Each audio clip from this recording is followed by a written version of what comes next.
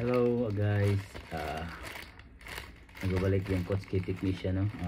Meron tayong dumating na power module para sa mga module ng mga wala kang makukuha ang pisa. Ito yung gagawin natin, conversion ang tawag. Ito natin 5 wires module to siya.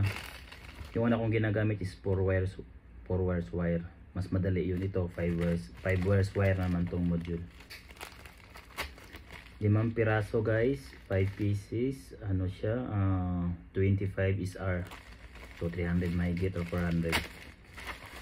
Nag sale.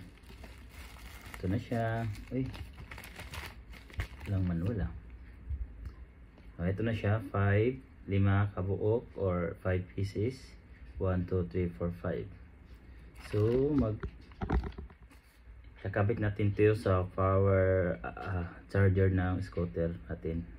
Wala tayong makitang DP 2269 na PWM, so ito yung gagamitin natin, conversion. Okay, ikabit na natin to. Update ko na lang kayo guys sa update natin sa matapos nating gawain. Thank you guys, please subscribe and follow my small channel. Thank you.